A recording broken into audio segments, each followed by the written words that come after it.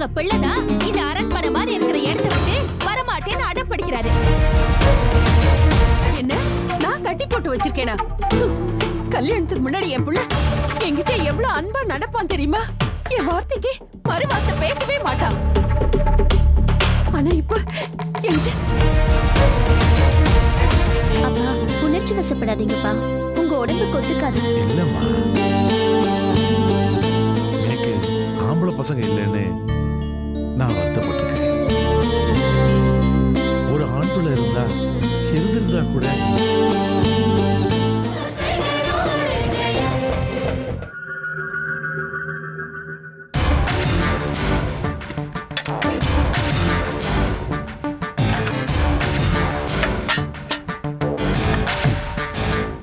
வீட்டுக்கு விளக்கேற்றதுக்கு ஒரு மருமக வரணும்னு வாங்க. என் வீட்டுக்கு வந்த மருமக விளக்க ஏற்றுறதும் இல்ல, விளக்கு வச்ச விளக்க எடுத்து வைக்கிறதும் இல்ல. மல்லிப்பூ மாலை வாங்கிட்டு வர சொல்லி அனுப்பி 1/2 மணி நேரம் ஆயிடுத்து. மனுஷன் எங்க போனாரோ தெரியல. 4 நேரம் ஆயிடுத்து. சரி விளக்கு ஏற்றுவோம்.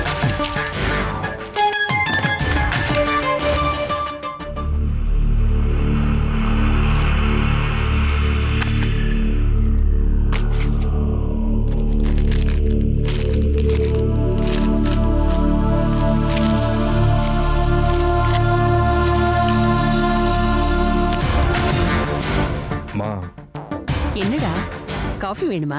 டேய் அடுக்கலையில வச்சிருக்கேன், சூடு பண்ணி சாப்பிட. இல்லம்மா, நான் தான் சூடு பண்ணி தரணுமா? தெரு வந்துடுறேன். அம்மா வந்து என்னடா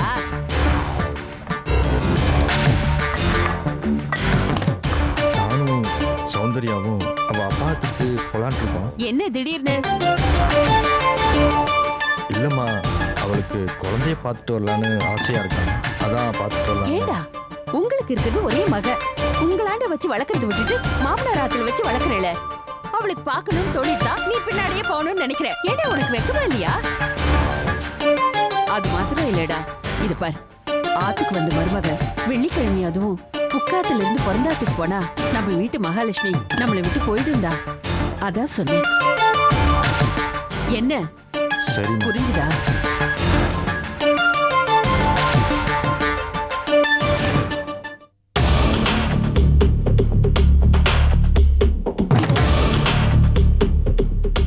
ஒரு நிமிஷம் இருங்க.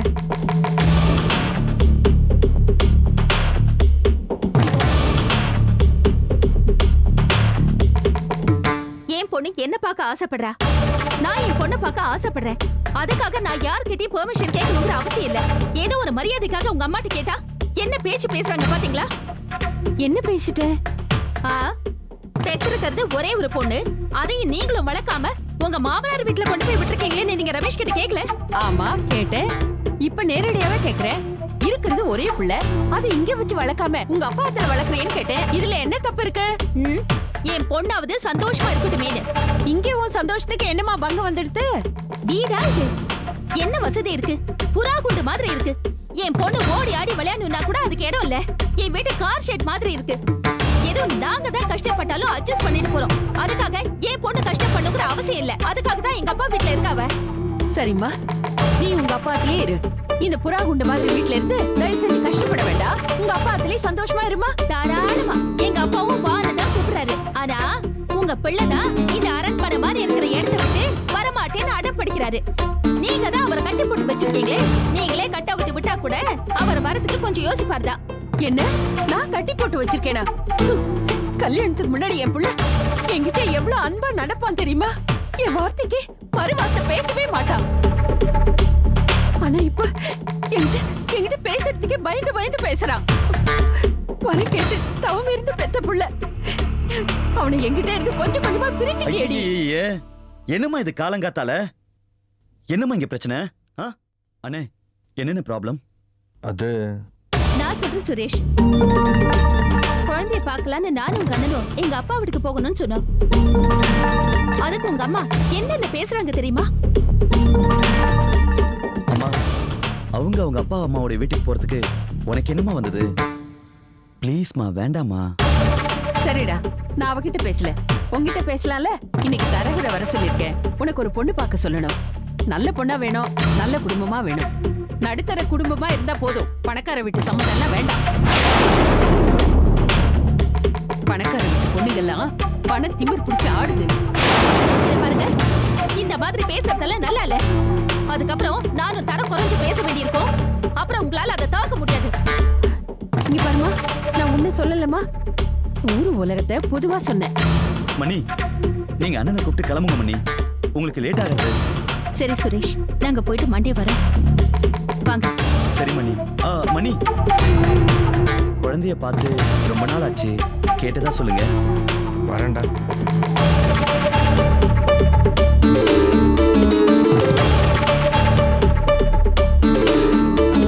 வாழ்க்கை வந்தபடியெல்லாம் பேசுறாளே, எல்லாம் என் தலை எழுத்து. அம்மா அம்மா ப்ளீஸ்மா, விடுமா ப்ளீஸ்மா. அம்மம்மா, காலையில நீ எனக்கு ஒரு காஃபி போட்டு கொடுத்த இல்லையா? காஃபி சூப்பர் இல்லடா, காஃபிமா அது. டீ. அதாம்மா, அந்த டீய மோருக்கு பதிலா எனக்கு திருப்பி போட்டு தரியா? என்ன? அம்மா மோர்? ப்ளீஸ்மா. அம்மா உன்னை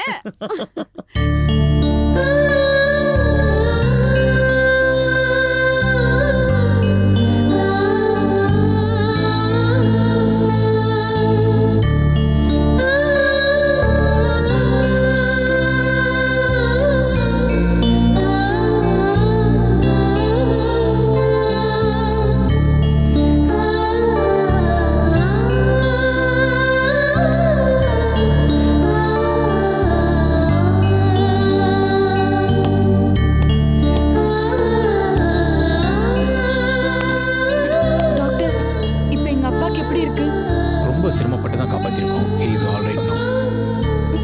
ரொம்ப தேங்க்ஸ் டாக்டர். எங்க ரெண்டு பேருக்குமே எங்க அப்பா தான் எல்லாமே. அவரை காப்பாத்தினதுக்கு ரொம்ப ரொம்ப தேங்க்ஸ். It's my duty. ஆனால் ஒரு விஷயத்தை நீங்கள் ஞாபகம் வச்சுக்கணும். இனிமே அவருக்கு சந்தோஷமான விஷயமோ துக்கமான விஷயமோ ரொம்ப பக்குவமாக எடுத்து சொல்லணும். திரும்பவும் அவர் அதிர்ச்சி அடையாமல் பார்த்துக்கணும். அப்படி அவர் அதிர்ச்சி அடைஞ்சா அவர் உடல்நிலையை பாதிக்கும். நீங்கள் ரொம்ப கவனமாக இருக்கணும். நாங்க இனிமே எங்க அப்பாவை ரொம்ப கவனமா பொறுப்பா பாத்துக்குவோம் டாக்டர். குட். இப்போ அவர் தூங்குறதுக்கு இன்ஜெக்ஷன் போட்டிருக்கேன். அவர் தூக்கத்தை நீங்கள் டிஸ்டர்ப் பண்ணக்கூடாது. Okay doctor, thank you.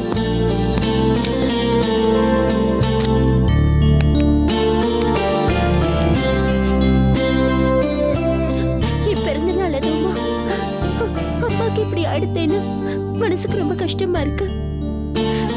அப்பா நமக்காகவே வாழ்ந்தவர், நம்ம சந்தோஷமே அவரோட சந்தோஷம்னு வாழ்ந்தவர். அவருக்கு போய் இப்படி அடுத்தேன். ஆமா, மனசு வருத்தப்படும்படி ஏதாவது பேசினாரா?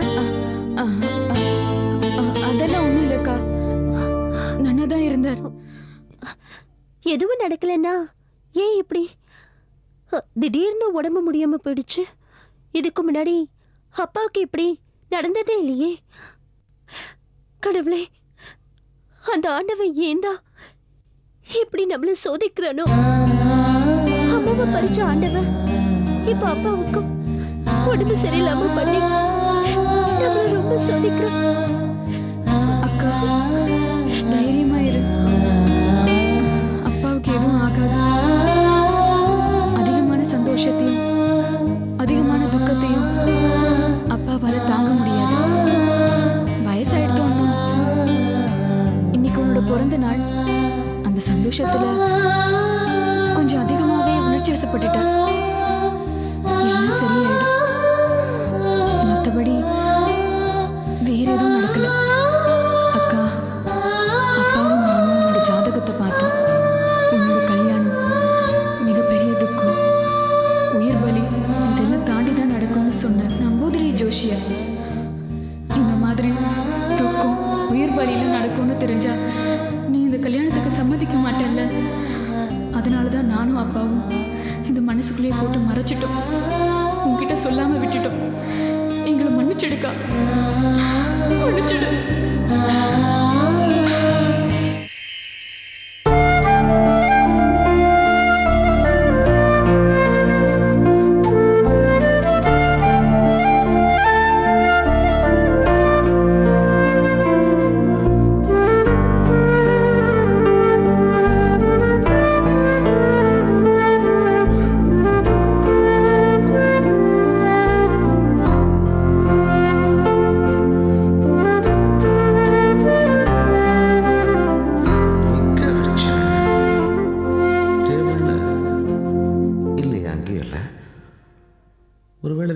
வீட்டில் இருக்குமோ?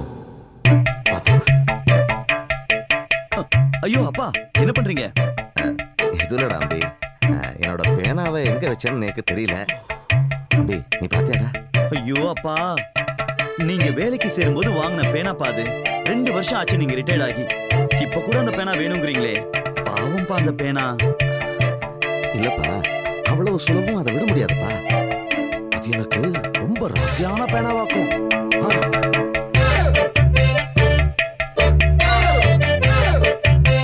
சுரேஷா, இத வரையத்தான் இன்னைக்கு லீவ் போட்டியா? ஆமாப்பா, ஒரு நல்ல ஓவிய போட்டி நடக்க போறது. அதுக்காக தான் நான் ரிஹர்சல் பார்த்துட்டு இருக்கேன். இந்த வாட்டி எப்படியும் நான் ஃபர்ஸ்ட் பிரைஸ் வாங்கிடுவேன்ப்பா. அதுக்காகத்தான் நான் லீவ் எடுத்து முயற்சி பண்ணிட்டு இருக்கேன். அப்பா, இதுக்கு நான் ஃபர்ஸ்ட் பிரைஸ் வாங்கிட்டேன்னா இது ஆர்ட் கேலரியில வைப்பாங்கப்பா. அது எனக்கு பெரிய கௌரவம். எனக்கு மட்டும் இல்ல, நம்ம குடும்பத்துக்கே கௌரவம். அப்படி அந்த ஆர்ட் கேலரியில வைக்கும்போது ஃபாரினர்ஸ்லாம் வருவாங்க, என் ஓவியத்தை ரசிப்பாங்கப்பா. என்னுடைய புகழ் இன்டர்நேஷனல் லெவல்ல பரவும்பா. என்னம்மா, உடம்பு முடியலையாமா? ஆமாண்டா, வர வர நீக்கு உடம்புக்கு ரொம்ப முடியல. இந்த ஆஸ்மா வேற என்னை விட்டு போக மாட்டேங்கிறது. அம்மா, இன்னைக்கெல்லாம் நீ சமைக்க வேண்டாமா, ஃபுல்லா ரெஸ்ட் எடுத்துக்கோ. நான் ஹோட்டலுக்கு போய் நமக்கு வேண்டிய சாப்பாடு கொண்டு வந்துடுறேன். சரியா சரியாம்மா? இருக்குடா. இன்னைக்கு ஹோட்டல்ல இருந்து கொண்டு வருவ, நாளைக்கு திரும்ப ஹோட்டல்ல இருந்து கொண்டு வருவியா? அதெல்லாம் ஒண்ணும் வேண்டாம். நான் கறிகாயெல்லாம் அரிஞ்சு வச்சுட்டேன், சீக்கிரமா சமைச்சு விடுறேன். அழாதம்மா, தைரியமா இரு. பாரு, பிடிச்சிட்டல. திடீர்னு உங்களுக்கு இப்படி ஆன உடனே நாங்க 2 பேரும் ரொம்ப பதறிட்டோம். எங்களுக்கு அம்மா தான் இல்ல, அவங்களையும் எழுத்துட்டோம்னா நாங்க அனாதை ஆயிடுவோம்ப்பா. நல்ல வேளை கடவுள் எங்களை கைவிடல. கடவுள் இப்படியே சாவே தற்சமயத்துக்கு ஒத்தி போட்டிருக்காமா. ஏன்ப்பா இப்படி சொல்றீங்க? இல்லம்மா, இன்னும் 1 வருஷத்துக்கு தவா நான் உயிரோட இருப்பேன். அது நம்ம நம்பூதிரி ஜோசிய சொல்லியிருக்கேன். அவர் சொன்னா எல்லாம் சரியா இருக்குமே. ஜோசியும் ஜோசியர் இவங்க சொல்றதெல்லாம் ஓரளவுக்கு தான்ப்பா நம்பணும். நாம கடவுளை கும்பிடுவோம், கடவுள் நம்மளை கைவிட மாட்டார். இல்லம்மா, மலையார் ஜோசி சொன்னதெல்லாம் இதுவரைக்கும் நம்ம குடும்பத்தை பொறுத்த வரைக்கும் ரொம்ப சரியாவே நடந்திருக்குமா. இதுவும் நடக்குமா? அப்பா, நீங்க தானே அடிக்கடி சொல்லுவீங்க, நம்ம எதை நினைக்கிறோமோ அதுவே நம்ம வாழ்க்கையில நடக்கும்னு. நம்ம நல்லதே நினைப்போம், நல்லதே நடக்கும். தயவு செஞ்சு இந்த ஜோசியர் சொன்னதை நினைச்சு உங்க மனசு உங்க உடம்பு 2த்தையும் வீணா போட்டு கெடுத்துக்காதீங்கப்பா. கண்டிப்பா நீங்க ரொம்ப நாளைக்கு இருப்பீங்க. ஏன் குழந்தைங்க, வைஷ்ணவி குழந்தைங்க, இவங்களோட நீங்க விளையாட போறீங்க. எங்களோட குழந்தைங்களுக்கும் நீங்க தான் கல்யாணம் செஞ்சு வைப்பீங்க. ஆமாடி, இது ரொம்ப பேராசம்மா. அதனாலும் நீ ரொம்ப ஆசைப்படலம்மா. இல்லப்பா, இது பேராசை இல்ல, கண்டிப்பா இது நடக்கும். பாத்தீங்களா, மணி சத்தமும் கேக்குது. நீங்க ரொம்ப நாளைக்கு ஆரோக்கியமா இருப்பீங்க. ஆமாடி, கோயில்லாம் அடிக்கடி மனுஷத்தை கேட்கதாம செய்யும். அதையும் நாம பேசுறதை இணைச்சி நீ முடிச்சு போட்டா எப்படிடா? அப்படி இல்ல அப்பா, கோயில்ல கடவுள் இருக்காரு. அங்க இருந்து வர மணி சத்தத்தை அவரோட உத்தரவா நான் நினைக்கிறேன். நீங்க யாரோ ஒரு ஜோசியர் சொன்னத வேத வாக்கா நினைக்கிறீங்க. ஜோசியரை விட கடவுள் தான்ப்பா ரொம்ப பெரியவர். ரொம்ப கெட்டிக்காரி மாடி, உங்ககிட்ட பேசி என்னால ஜெயிக்க முடியாதுமா. அக்கா, இதுல மருந்து மாத்திரை இருக்கு, அப்பாவுக்கு கொடு. ஏமா, இந்த மருந்து மாத்திரைலாம் வாங்குறதுக்கு உங்ககிட்ட எதுமா காசு? அது வந்து சொல்லுமா. வந்து நமக்கு தெரிஞ்ச கடை, கடன் சொல்லி வாங்கின்னு வந்தேன்ப்பா. ஏமா, இருக்கிற கடன் போதாதா? இன்னும் கடன் மேல கடன் ஏத்திட்டு போடுமா? அப்பா, ஒன்னும் கவலைப்படாதீங்க. நான் ஆபீஸ் போய் அட்வான்ஸ் வாங்கி இந்த மாத்திரையோட செலவு, ஹாஸ்பிட்டல் செலவு எல்லாத்தையும் பாத்துக்கிறேன். சரியா? நான் ஆபீஸ் போயிட்டு வரேன். அப்பாவை பாத்துக்கோடி.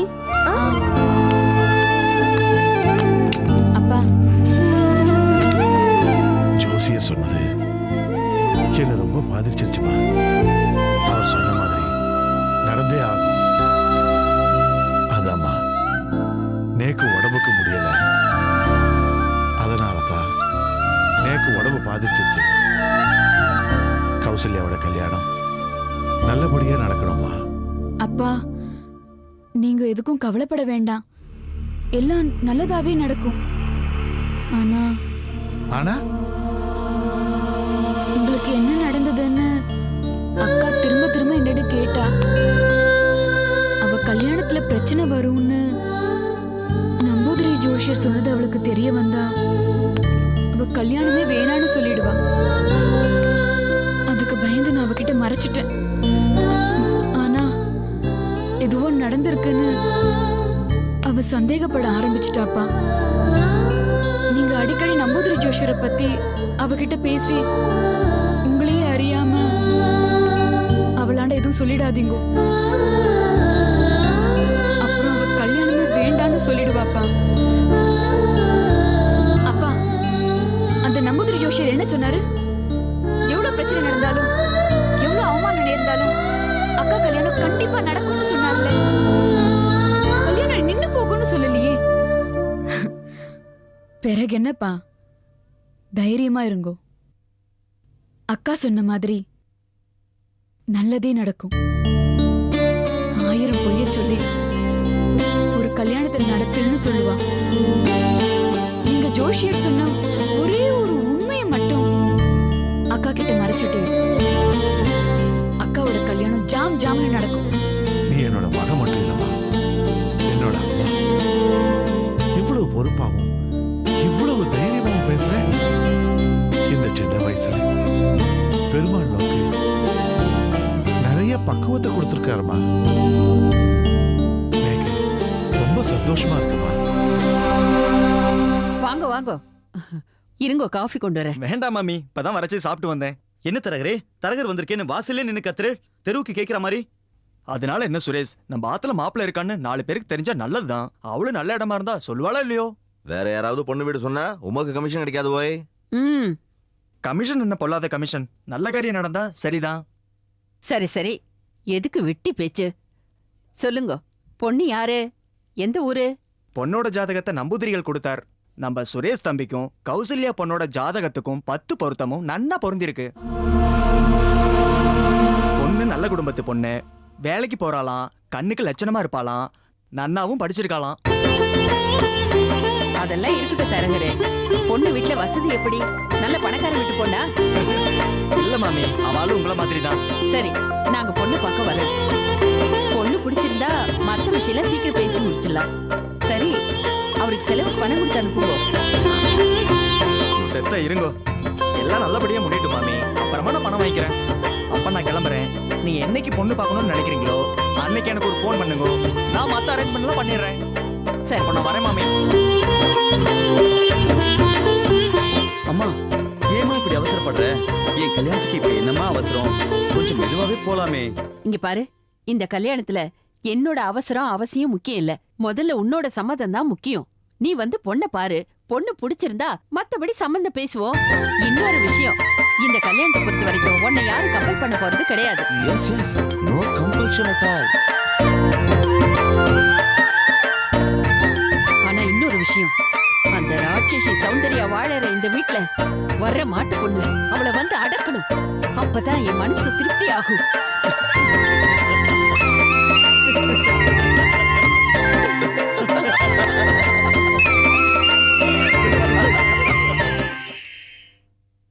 இவர் இப்போ நார்மலாக இருக்காருமா.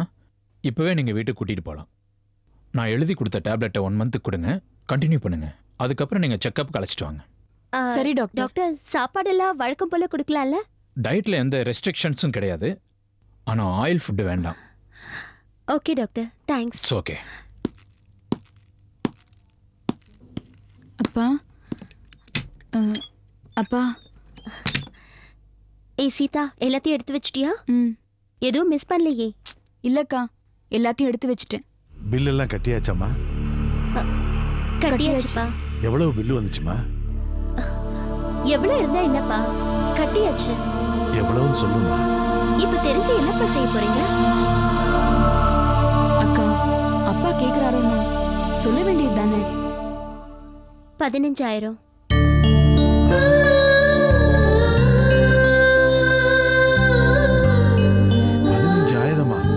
என்னம்மா சொல்ற? இதுக்கு தான் நான் சொல்ல மாட்டேன்னு சொன்னேன். அது இல்லம்மா, கல்யாண வயசுல நீங்க 2 பேரும் ஆத்துல இருக்கு,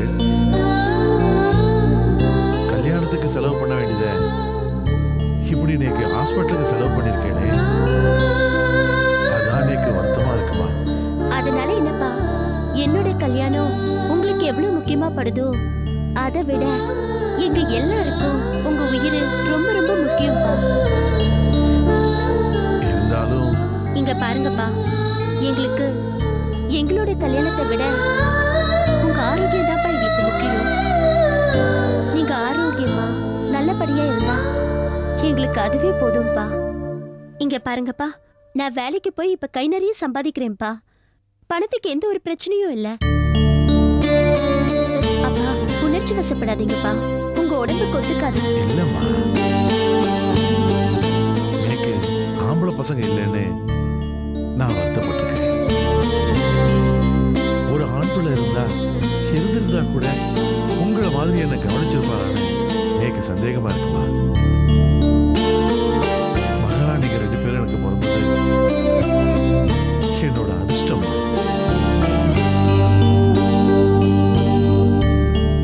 சீதா, டைம் ஆச்சு, சீக்கிரம் கிளம்புமா. உன்னையும் அப்பாவையும் விட்டுட்டு என் ஃப்ரெண்டு கல்யாணத்துக்கு ஒரு gift வாங்கிட்டு ஆபீஸ்க்கு போகணும். என் ஃப்ரெண்ட்ஸ் எல்லாம் நான் gift வாங்கிட்டு வருவேன்னு சொல்லி அங்கேயே வெயிட் பண்றாங்க. அக்கா, நோக்கு டைம் ஆயிடுச்சுனா நீ கிளம்புக்கா. நான் ஒரு ஆட்டோ பிடிச்சு அப்பாவை ஜாக்கிரதையா ஆத்து கழிச்சுட்டு போயிடுறேன். எனக்கு இப்படி நடந்த விஷயம் பத்மாவுக்கு தெரிய வேண்டாமா? அவ ஏற்கனவே அங்க கஷ்டப்பட்டுக்கிட்டு இருக்காமா, இந்த கஷ்டத்தை சேர்த்து அவ சுமக்க வேண்டாமா? தயவு செஞ்சு அவகிட்ட சொல்லிடாதம்மா.